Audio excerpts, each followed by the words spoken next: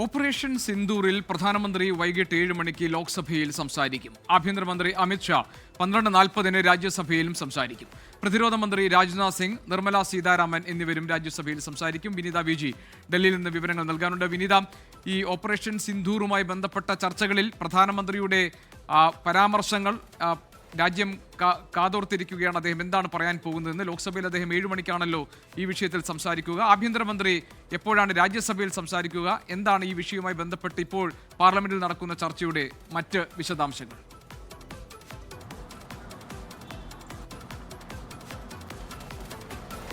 ജി.കെ. തീർച്ചയായും സൂചിപ്പിച്ചതുപോലെ തന്നെ പ്രധാനമന്ത്രി ഇക്കാര്യത്തിൽ എന്തൊക്കെ പറയുമെന്നുള്ളതിന് രാജ്യം കാതോർത്ത് തന്നെ ഇരിക്കുകയാണ്. ഇന്ന് വൈകിട്ട് 7 മണിക്കായിരിക്കും ഈ വിഷയത്തിൽ ഓപ്പറേഷൻ സിന്ദൂർ, ഒപ്പം തന്നെ പെഹൽഗാം ഭീകരാക്രമണം, ഇത് ഇന്ത്യ എങ്ങനെ തയ്യാറെടുത്തു, പാകിസ്ഥാൻ എങ്ങനെയൊക്കെ ശക്തമായിട്ടുള്ള തിരിച്ചടി നൽകിയെന്ന് ഉൾപ്പെടെയുള്ള കാര്യങ്ങളിലൊക്കെ വിശദമായിട്ടുള്ള ഒരു മറുപടി ഇന്ന് പ്രധാനമന്ത്രിയുടെ ഭാഗത്തു നിന്നുണ്ടാകുമെന്ന് തന്നെയാണ് പ്രതീക്ഷിക്കുന്നത്. വൈകിട്ട് 7 മണിക്ക് ലോക്സഭയിൽ അദ്ദേഹം സംസാരിക്കും. ഒപ്പം തന്നെ ഇന്ന് ലോക്സഭയിൽ രാഹുൽ ഗാന്ധിയും പ്രിയങ്ക ഗാന്ധിയും ഇതേ വിഷയത്തിൽ ഈ ചർച്ചയിൽ സംസാരിക്കുമെന്ന നേരത്തെ തന്നെ ചില സൂചനകൾ ഉണ്ടായിരുന്നു. കഴിഞ്ഞ ദിവസവും സമാനമായിട്ടുള്ള ഈ വിഷയത്തിന്മേലുള്ള ചർച്ചകളിലൊക്കെ നമ്മൾ കണ്ടതാണ്. പ്രതിപക്ഷം കടുത്ത ചില ആരോപണങ്ങൾ ഉന്നയിച്ചിട്ടുണ്ടായിരുന്നു. അതിൽ ഏറ്റവും പ്രധാനം ഈ പെഹൽഗാമിൽ സുരക്ഷാ വീഴ്ചയുണ്ടായി എന്നുള്ളത് തന്നെയാണ്.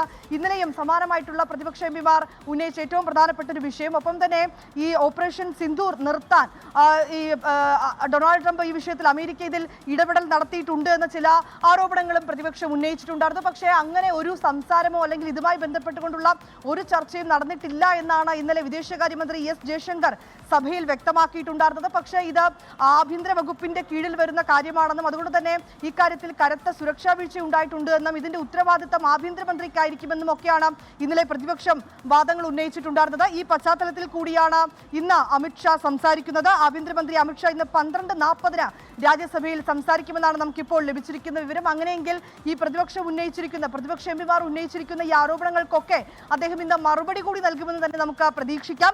ഒപ്പം തന്നെ പ്രതിരോധ മന്ത്രി രാജ്നാഥ് സിംഗ്, നിർമ്മല സീതാരാമൻ എന്നിവരും രാജ്യസഭയിൽ സംസാരിക്കും. ഏതാണെങ്കിലും 7 മണിക്കാണ് പ്രധാനമന്ത്രിയുടെ സംസാരം ഉണ്ടാവുക. പ്രധാനമന്ത്രി 7 മണിക്കാണ് ഈ വിഷയത്തിൽ കൃത്യമായിട്ടുള്ളൊരു മറുപടി ഇന്ന് അദ്ദേഹം നൽകുമെന്ന് തന്നെയാണ് നമുക്ക് മനസ്സിലാക്കാൻ കഴിയുന്നത്.